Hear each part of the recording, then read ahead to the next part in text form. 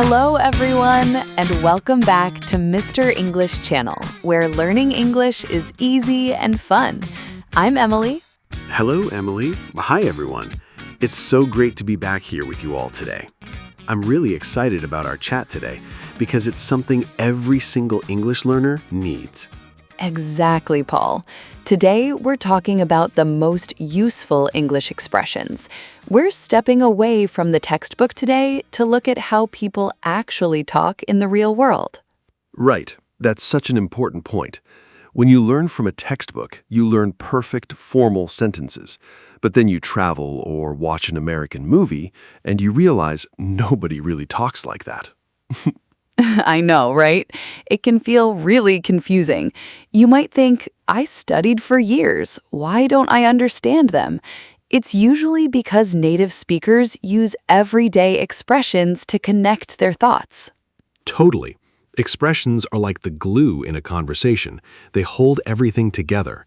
And when you learn just a few of them, you instantly sound more natural and relaxed.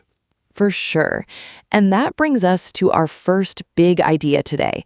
Why do these expressions matter so much? It's not just about sounding like a native speaker, it's about building a connection. Yeah, connection is the perfect word. When you use a natural expression, you show the other person that you are engaged. You're showing them that you feel the emotion of the conversation. Exactly. Textbooks teach us how to share information, but expressions teach us how to share feelings, and that's what makes a conversation actually fun. Let's start with some really practical examples. I think greetings are the best place to begin. In school, we all learn to say, "Hello, how are you?" We do. And how are you is perfectly fine. But in real life, between friends or coworkers, we usually use something a little more casual. Yeah, my favorite one is definitely, "How's it going?" It's so friendly and simple. You can say it to the barista at the coffee shop or to your best friend. How's it going is a classic. I use it every single day. Another really common one is what's up. It's very relaxed, and it's perfect for when you see someone you know well. Right. But what's up can be tricky for learners. A lot of people don't know how to answer it because it's not exactly asking how you feel, is it? That's a great point. When someone says, what's up, they're basically asking what is happening in your life right now, or even just saying a quick hello. Yep. So if someone says, "What's up?" you don't need a long story. You can just say, "Not much. You?" Or, "Just working. How about you?" It's just a friendly bounce back. I love that. Not much, you is the perfect response. It keeps the rhythm of the conversation moving. Okay, let's move on to expressions we use for agreeing with someone. Oh, this is a huge category. When someone says something you agree with, you don't want to just say yes over and over again. That sounds a bit robotic. Totally. And actually, the word totally is a great expression for this. If someone says, that movie was amazing, you can just say totally. Exactly. Totally just means I completely agree with you. Another one I use all the time is for sure. It's smooth, it's easy, and it sounds very positive. For sure is wonderful. But my absolute favorite expression for agreeing is I know, right? It is everywhere in American English these days. Oh yeah, I know, right? Is huge. But let's explain how it works, because it sounds like a question, but you're not actually asking for an answer, are you? No, not at all. It's a rhetorical question. You use it when someone says something that you strongly agree with, and you want to share their excitement or their emotion. For example, if we're eating pizza and I say, "Wow, this pizza is incredible," you can reply, "I know, right?" It means I agree and I am also excited about this pizza. That's the perfect example. It creates a shared moment. Okay, what about when we want to make a transition or when we want to share our honest opinion? Well, the most common one is definitely to be honest. Native speakers use this all the time before they share a real feeling or a direct opinion. Yes, to be honest is like a soft cushion. It prepares the listener. If someone asks, did you like the book? You might say, to be honest, it was a little boring. Right. It makes you sound very genuine and polite, even if your opinion is a little bit negative. Another good word for this is actually. Oh, actually is so useful. A lot of beginners confuse actually with currently because of their native language. But in English, actually means in reality or in fact. Exactly. We use it to politely correct a misunderstanding. If someone says, "You're from New York, right?" you can say, "Actually, I'm from Chicago." It's much softer than just saying no. English speakers love to soften their words to stay polite and friendly. Speaking of friendly, let's talk about apologizing. Good idea. In formal situations, we say, "I apologize." Or for bigger mistakes, we say, "I'm so sorry." But what about tiny everyday mistakes? For small mistakes, like bumping into someone or dropping a pen, you will hear people say, "my bad." It's very casual and fast. Yeah, my bad just means that was my mistake, sorry. And if someone says my bad to you, you need a good expression to respond, right? Exactly. You don't want to say, "you are forgiven." That sounds like a king talking to a servant. Totally. The absolute best response is no worries. It's friendly, it's warm, and it tells the person that everything is perfectly fine. No worries is the best. It's almost replaced "you're welcome" in a lot of situations, too. If you say, "thank you for the coffee," I can just say, "no worries." Right. It means it was no trouble at all. Another good one is no problem. They both give that relaxed, happy energy that we use in daily life. Let's look at another situation. Sometimes in a conversation, we want to make sure the other person understands us. What do we say then? A great expression for that is, does that make sense? We use it after we explain something complicated, just to check if the listener is following along. Yes, it's so much kinder than asking, "do you understand?" Asking, "do you understand?" can sometimes sound a little bit aggressive or strict.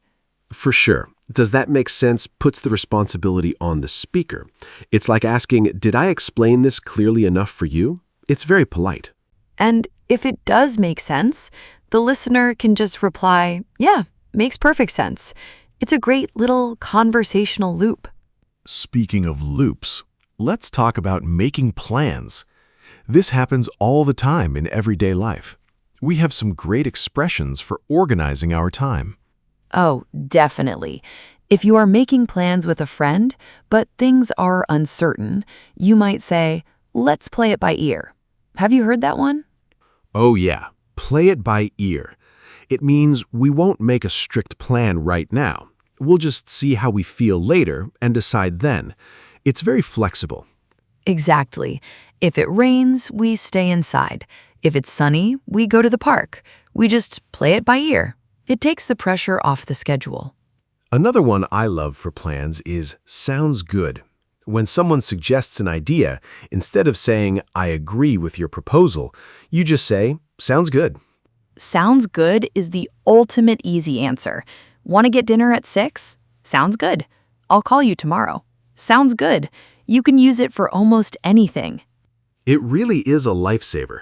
And what if you are waiting for news from someone? Like a friend is at a job interview and you want to hear what happens. You can tell them, "keep me posted."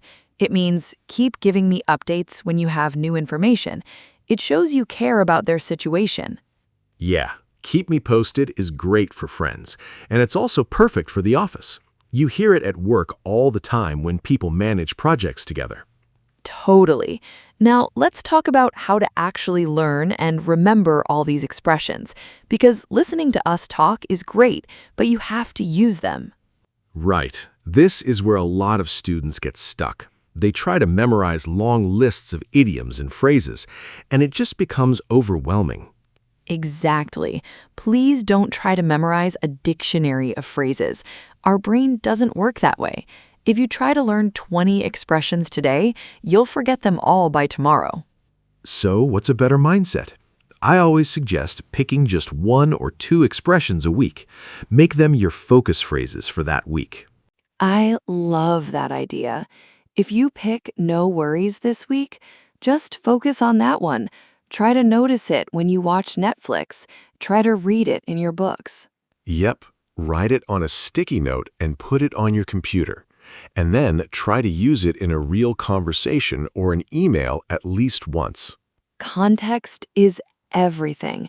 You have to see how real people use the phrase. Notice their face, notice their tone of voice. Do they smile when they say it? That's such a great point, Emily. A lot of these expressions depend on the tone of voice. Totally with a smile is very different from totally with an angry face. I know, right? Language is alive. It's not just text on a page.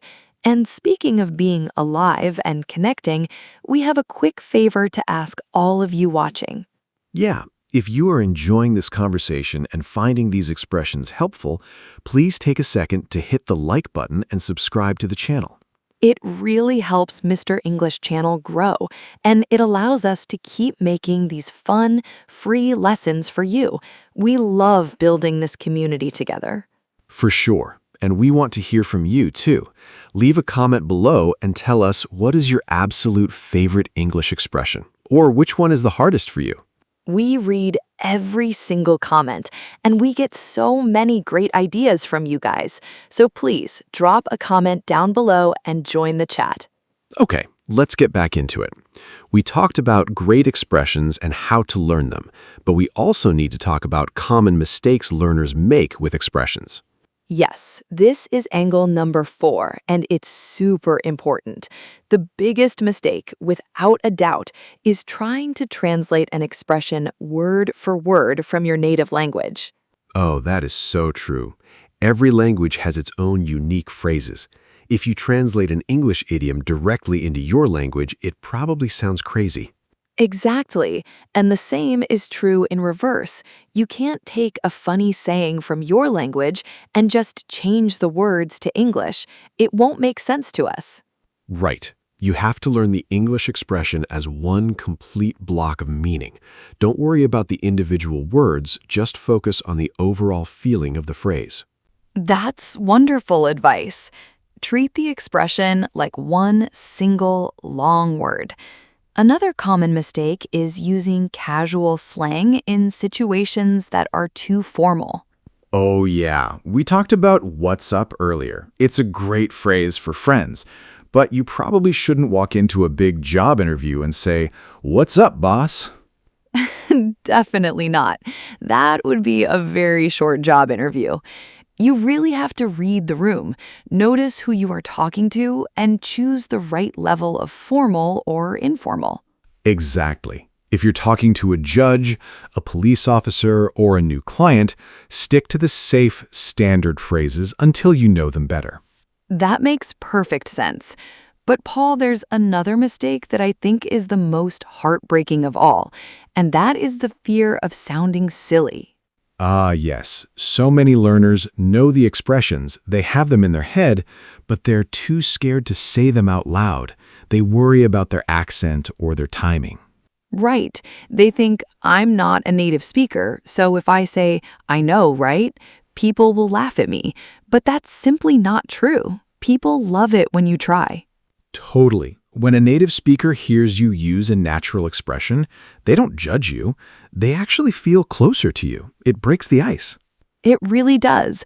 It shows that you are putting effort into the culture, not just the grammar. It shows you want to connect with them on a human level. Speaking of human connection, let's look at a few more expressions that really show empathy. Expressions we use to encourage people and make them feel good. I love this category. Life is stressful, and sometimes people just need to hear something comforting. A really common one is take your time. Oh, take your time is beautiful. If someone is rushing or they feel stressed about making you wait, you just say, take your time. It instantly relaxes them. Exactly. It means there is no rush. I am patient. You hear it at the store when you can't find your wallet, or on a phone call when you need to find a document. Yeah, it's a phrase full of grace. Another great one for stressful situations is, it is what it is. We use this when something goes wrong, but we can't change it. It is what it is the ultimate expression of acceptance. If your flight gets delayed because of a storm, you can't fight the weather. You just say, well, it is what it is. Right. It means we accept the reality and we're going to move forward. It stops people from complaining and helps everyone accept the situation. Let's do one more fun one before we wrap up. What do you say when you want to wish someone good luck, but in a really natural way? Oh, you definitely say, fingers crossed. Sometimes we even cross our fingers while we say it. It just means I am hoping for a good result for you. Yes, if a friend is taking a difficult English exam, you can say, fingers crossed. It's supportive, and it's a really charming little cultural habit. I think we've covered some amazing ground today. We've talked about greetings, agreeing, making plans, being polite, and even showing empathy. We really have, and I hope everyone listening realizes that they don't need to learn all of these today. Just pick the ones that feel right for your life. Exactly. This brings us to the big takeaway, our life lesson for today's episode. Learning a language is a journey, and expressions are your guideposts. That's right. I always tell my students, language is about connection, not perfection. You don't need perfect grammar to make a friend. You just need a willing heart. Totally. When you use these small, natural expressions, you are building little bridges between yourself and the rest of the world. It's a brave thing to do. It is incredibly brave. Every time you open your mouth to practice, you are growing. Don't let fear stop you from using these fun phrases. Make mistakes and laugh about them. For sure. You are all doing so much better than you realize. Every small step you take, every new phrase you try is bringing you closer to your goals. We are so proud of the work you're putting in. Keep listening, keep practicing, and remember that learning should always be a joy, not a chore. Well said, Emily. Thank you all for spending your time with us today. It's always an absolute pleasure to chat with this community. Thank you so much for being here, guys. Have a wonderful week, keep smiling, and we will see you in the next episode. Bye. Bye, everyone. Take care.